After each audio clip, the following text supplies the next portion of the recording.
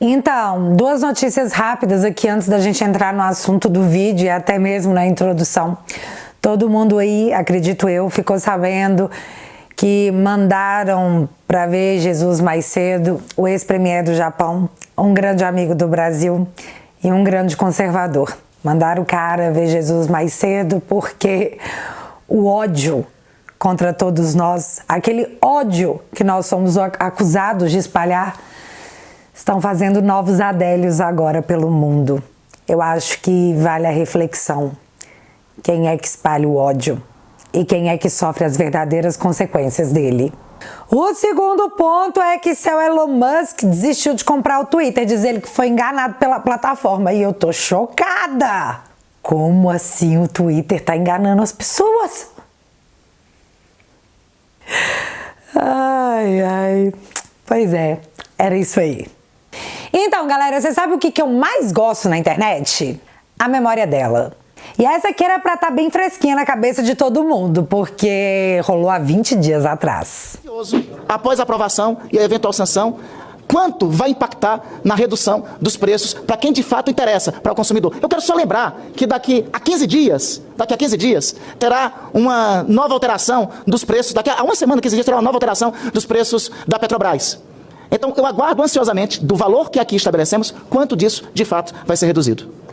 Aham, então o cara votou sim para a redução do ICMS, não porque ele achava que ele estava fazendo um bem para a galera que realmente precisava, mas porque ele tinha certeza que o troço daria errado e queria ter um videozinho depois para poder mandar aquele "eu te avisei". Pois bem, Bolsonaro decretou que os postos de gasolina devem agora colocar o preço de antes e depois da redução do ICMS. Afinal, você tem direito à transparência de tudo, certo? Dá uma olhada como que ficou.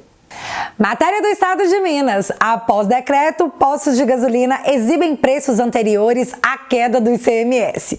E aí, em seguida, engole esse osso, Rodolfo! A foto do dono do posto de gasolina lá de Belo Horizonte, mostrando que antes da redução, o valor do litro era de R$ 7,59 e após a redução, R$ 5,95 o litro. E isso porque não foi cortado nem metade do ICMS no estado. As previsões canhotas nunca dão certo. Só a título de curiosidade, o PT votou contra o Plano Real, porque você lembra? Você não pode ficar feliz, porque se você ficar feliz, o PT não volta. E aí, meus amigos? Bom ou não? Tem muita coisa rolando, eu tô ciente, mas no vídeo de hoje eu quero dar uma mega priorizada pro Senado.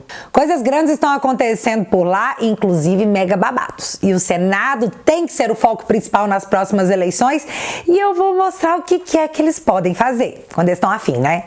Teve sessão essa semana, vai ter outra semana que vem e isso é igual a conteúdo de qualidade para o canal, porque vai ter melhores momentos que deixaram nossos coraçõezinhos cheios de esperança, sim! Hoje você vai ver o que você não viu, só que agora no detalhe, dentre outras coisinhas mais. Portanto, separa a pipoca, fica confortável e bora lá!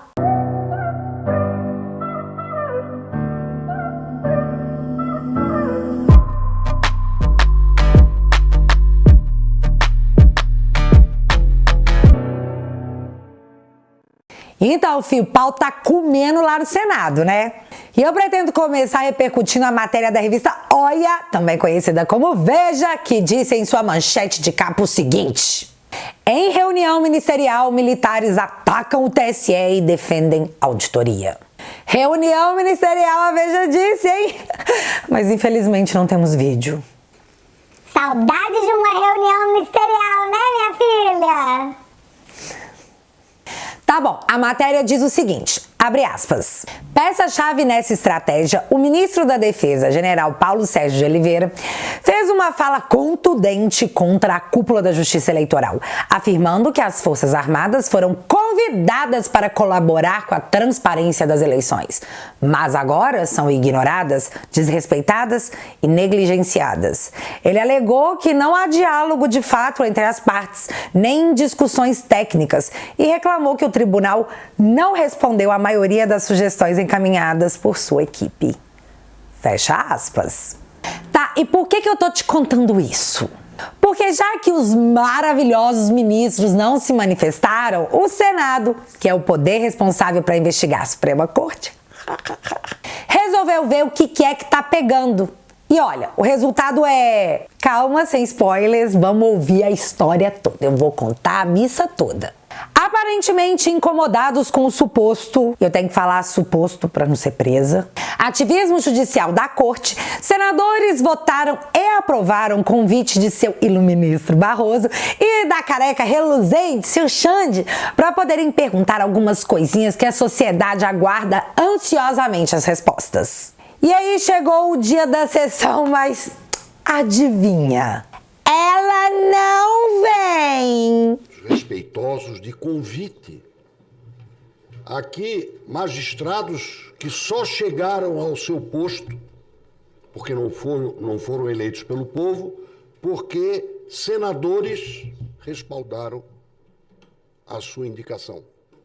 E que, neste momento, preferem dar entrevistas fora do país para fazer críticas que faltam com a verdade no seu conteúdo, mas se recusam a prestar contas ao Senado para indagações respeitosas.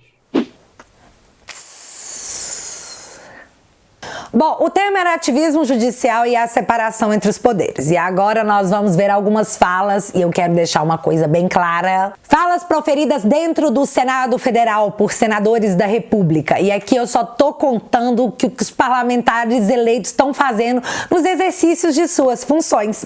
Vamos ver primeiro o vídeo com o ex-desembargador do TJ de São Paulo, o senhor Ivan Sartori, que foi maravilhoso. Proibindo, por exemplo, o trabalho, que é um valor que está no artigo 1º, inciso 4 da Constituição Federal e não pode ser afastado nem pelo estado de sítio ou de defesa. E está também dentre os artigos 5º da Constituição Federal, inciso 13, se não me engano. Então, nós estamos vendo uma situação complicada. Hoje nós temos presos políticos, nós temos exilados políticos, Alan dos Santos, senador Jefferson, o ex-deputado Jefferson, o presidente do PTB, o nosso deputado Daniel Silveira, uma situação bastante complicada e difícil. Aliás, com relação ao deputado Daniel Silveira, nós vimos que não foi observado o artigo 53, né? Os seus parágrafos 2º e 8º do artigo 53 não foram observados. Para cassar a imunidade de um deputado federal, é preciso 2/3, não é? De votação da Câmara Federal, do Congresso Nacional, nem da Câmara, do Congresso Nacional. E o ministro relator desse processo, desse inquérito e desse processo, dessa ação penal, cassou efetivamente numa penada.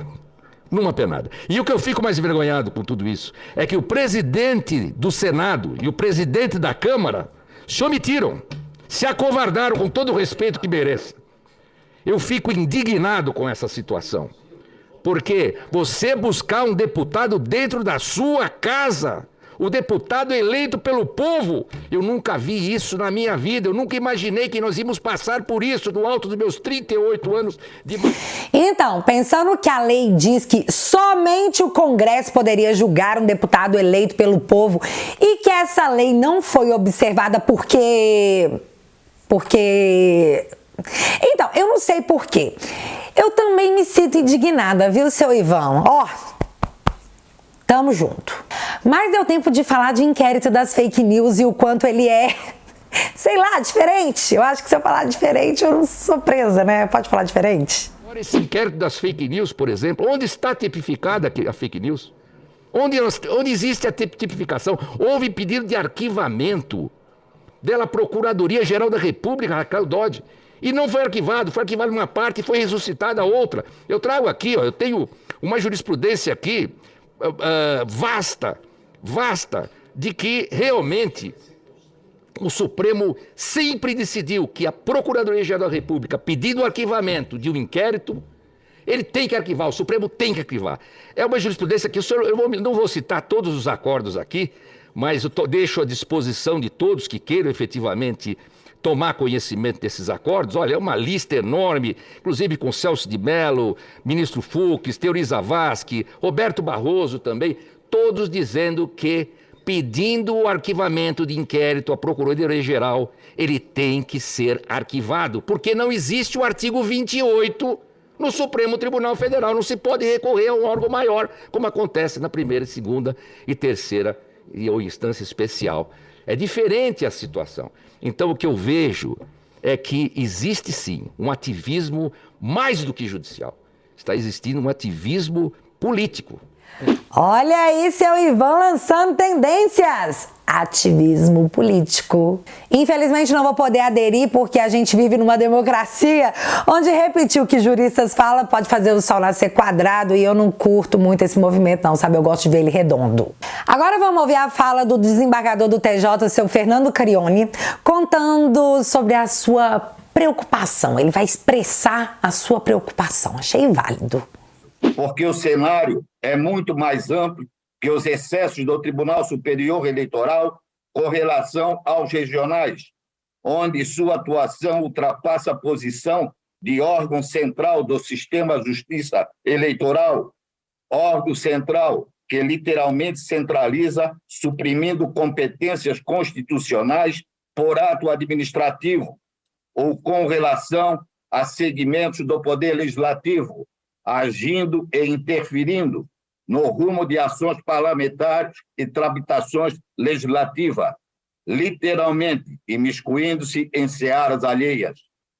Preocupa-me, sim, muito mais o rumo das relações institucionais de poder, onde a base e as instâncias inferiores não passam de instrumentos, a visão sistêmica e retórica, a Constituição sendo interpretada com humor oscilante, e a sociedade mandatária de todo o poder é, como sempre, a vítima e principal prejudicada.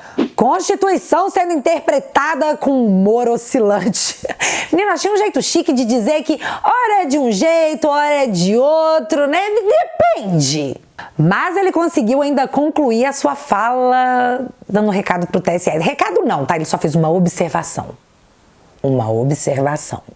Pode parecer exagerado, o que pessoalmente não acho. Acho trágico, não exagerado. Mas temos hoje um Estado judicial forte, com legislativo e executivo acuados e a sociedade rendida. Sobejam fatos e situações onde, hoje, por meio do Supremo Tribunal Federal, vivenciamos condutas absolutamente incompreensíveis e inexplicáveis. E no âmbito da administração da Justiça Eleitoral, não é diferente do Tribunal Superior, presidido por integrantes do Pretório Excelso. Determinei neste e não naquele. É público e notório que o Tribunal Superior Eleitoral, utilizando-se de recomendação da Polícia Federal e alegando economicidade, patrocinou a centralização da totalização das eleições em Brasília, processo histórico e competentemente realizado no âmbito dos tribunais regionais, observada a competência jurisdicional, juiz de zona eleitoral, Tribunal Regional Eleitoral e Tribunal Superior Eleitoral, economicidade que não se mediu, eficiência que não se confirmou. Lembro o apagão no processamento do primeiro turno das eleições de 2020 e segurança que se questiona, uma vez que, salvo o melhor juízo, os dados centralizados não têm redundância de processamento, ou seja, havendo um apagão ou ataque no TSE, não há redundância em outro tribunal. Aqui ele está contando que antigamente os votos não eram centralizados em Brasília. Cada estado centralizava o seu e depois rolava a somatória. Mas aí os tempos mudaram. O motivo alegado para a mudança foi a economia e segurança. E em seguida ele citou o fato do apagão do supercomputador nas eleições de 2020. E se eu fizer piadinha com a fala do iluministro Barroso, que chegou a dizer: Relaxa, se der BO aí, eu anuncio os vencedores. Tá, eu usei minhas próprias palavras, mas foi bem mais ou menos o que ele disse, viu? De verdade. Então, o desembargador acha que não teve um ganho muito grande nisso aí não, viu?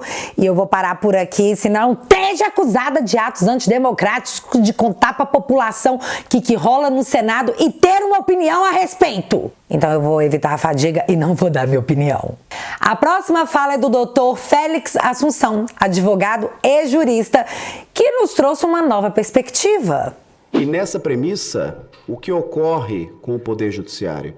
O Poder Judiciário vem intervindo diretamente em todas as questões que são competências dos legitimados do povo. Quantas vezes nessa casa, nesse Congresso Nacional, o Judiciário interviu no orçamento? No orçamento. Intervindo no orçamento, prejudicando uma nação. Prejudicando uma nação. E quem compete analisar orçamento? Esta casa, o Congresso Nacional. E aí veja, hoje, por fim, nós estamos tratando e vemos o flagrante instrumento dessa dimensão praticado pelos magistrados em nosso país, em casos no direito penal, como o nosso jurista, eminente desembargador, citou a questão fadídica em matéria penal, que o Supremo Tribunal Federal vem exercendo dioturnamente, e numa circunstância absurda, pelo próprio convencimento pessoal num viés político. Eu acho que eu não vou falar nada a respeito disso não, porque, de novo, democracia maravilhosa, democracia que te põe medo de expressar a sua opinião. Mas, ó, seu Félix, culhão, filho, culhão. Em seguida, temos o senador Lazier Martins querendo a resposta à pergunta que vale o Estado Democrático de Direito. Porque o único órgão, a única instituição que tem poder para processar e julgar os ministros do Supremo Tribunal Federal, que de forma aberrante têm contrariado a própria Constituição que juraram cumprir. O que nos resta? O que fazer? Quando os presidentes, todos eles, os últimos 4 presidentes do Senado Federal, nem sequer permite, senhor doutor Ivan Sartori, nem ao menos que os incontáveis, já são 46 de que tenho conhecimento, 46 pedidos de impeachment de ministros que atropelaram a Constituição e que mereceriam uma avaliação, um exame, uma análise, um julgamento, por que não, onde até poderiam sair inocentes. Nem isso tem sido permitido, pela autonomia que tem se atribuído, que tem se arvorado o presidente do Senado Federal. O que fazer? Essa é uma pergunta que faço ao doutor Ivan. De novo, coleguinhas, no Senado. Está rolando no Senado. Vocês podem até achar pouca coisa, mas esse debate, essas perguntas estão sendo feitas no único local que pode, de fato, fazer alguma coisa a respeito. E é muita coisa, sim. Tá, e aí veio seu senador Stevenson questionar aquilo que a gente se pergunta todo dia. E o bom disso é que ficou claro que não é só a gente que tá vendo. Eles também estão. Por que da velocidade, da pressa de certos processos e a lentidão do julgamento de processos por corrupção contra membros do Senado que há anos estão parados e que não se movimentam. Processo tão rápido de injúria e difamação, se tira a imunidade, e o que eu consigo enxergar aqui, senhor Ivan, aí o senhor me corrija se eu estiver muito equivocado, é que não existe o mesmo peso e a mesma medida. Uma vez que o Brasil assiste que certos magistrados, além no exercício de suas funções, cometem crimes gravíssimos e têm como prêmio uma aposentadoria compulsória. Eu não consigo enxergar a mesma pressa, a retirada dessa imunidade por parte de tribunais superiores para que haja uma punição. Isso leva a entender que existe uma diferenciação. É claro que tem a parte absurda da sociedade enxergar que uma acusação de injúria vai na velocidade da luz. E vários processos contra, por exemplo, Renan Calheiros, por corrupção, estarem repousando em berço esplêndido, querendo presidir CPI que analisa corrupção. Bicho, isso é um escarro na nossa cara. Mas tem quem bata palma em nome de um bem maior. E a gente já vai falar desse bem maior daqui a pouquinho, viu? Aguenta aí. Mas foi bom o senador apontar que vida de juiz é realmente muito boa, né? Porque o cara comete um crime e é condenado a se aposentar com 30 mil no bolso todo mês, pagos por nós. Então a democracia é muito legal, né? Essa democracia é muito legal mesmo. Tá, e aí entre uma fala e outra, o senador Regufe chama para conversa um fato de 2019, além de trazer uma dura cobrança para os demais colegas. Apenas dizer ao senador Eduardo Girão e a todos presentes que eu penso que essa casa deveria ter instalado a CPI da Lava Toga.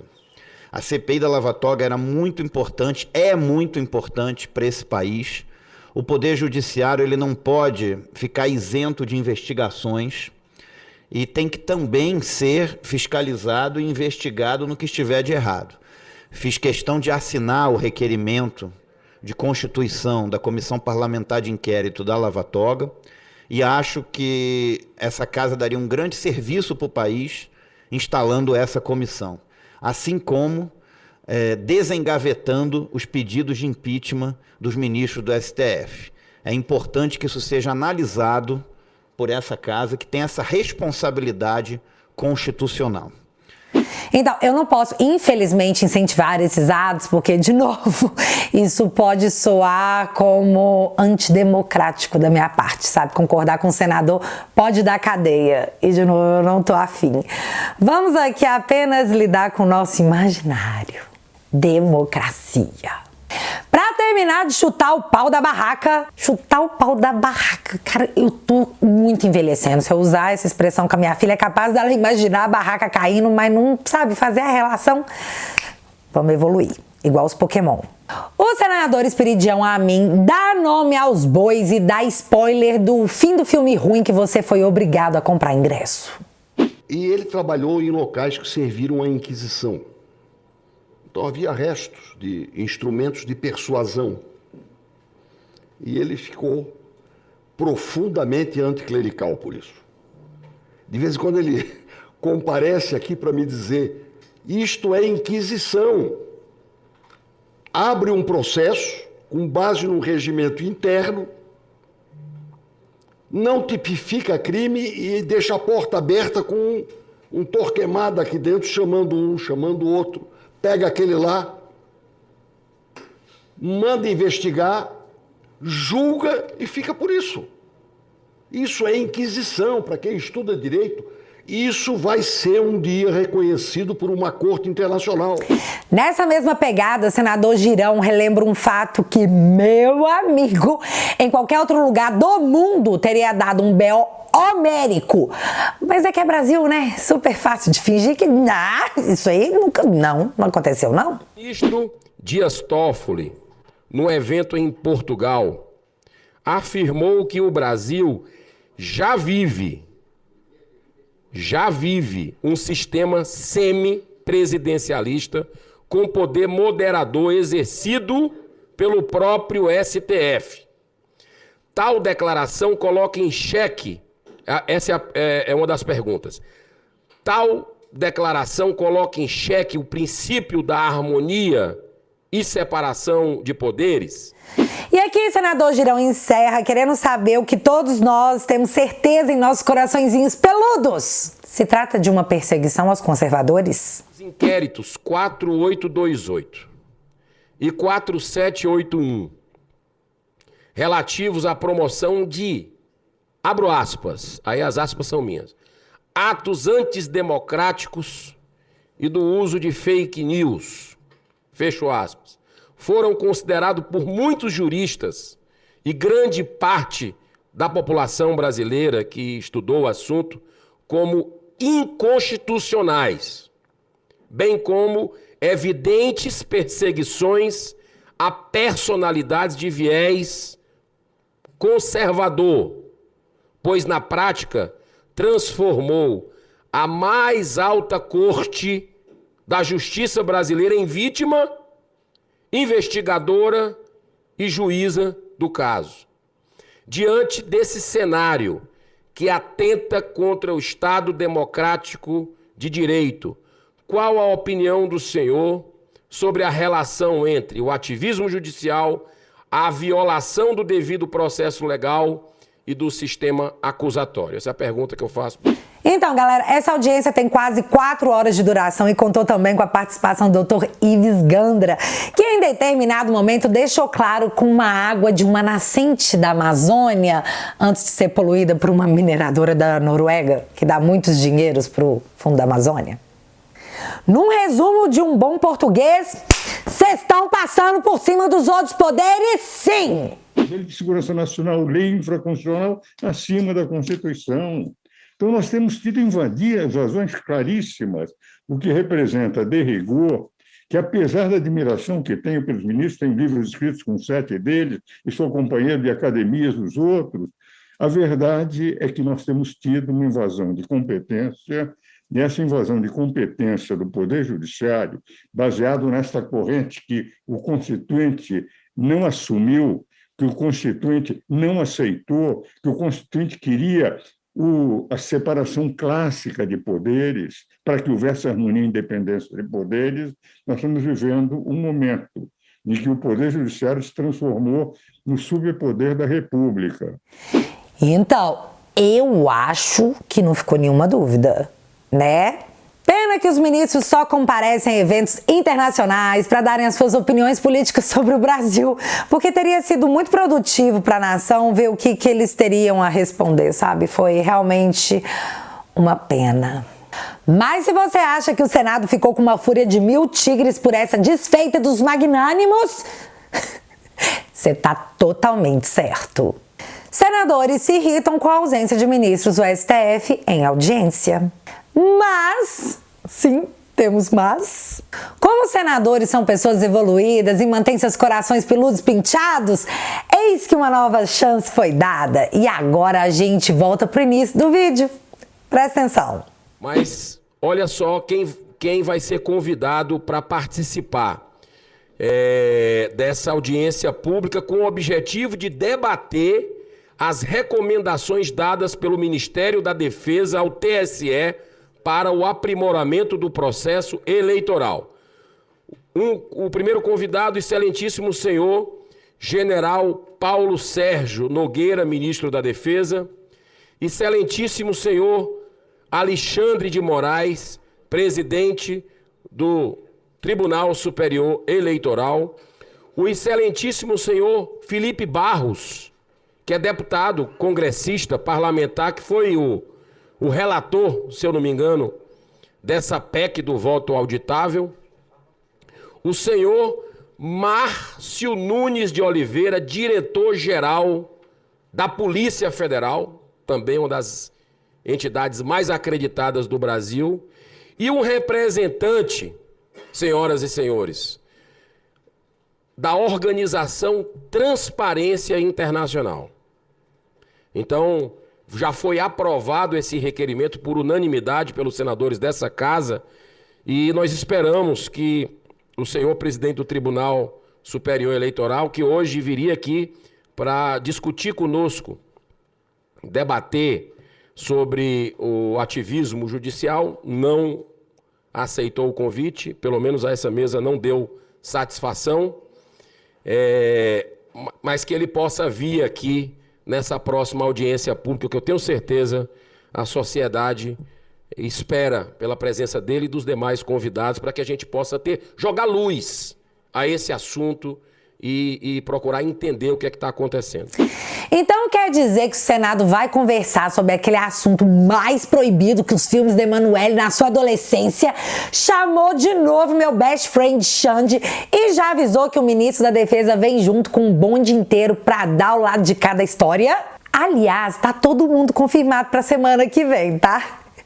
Menos seu Xande. Será que o magnânimo vai deixar o ponto sem contraponto?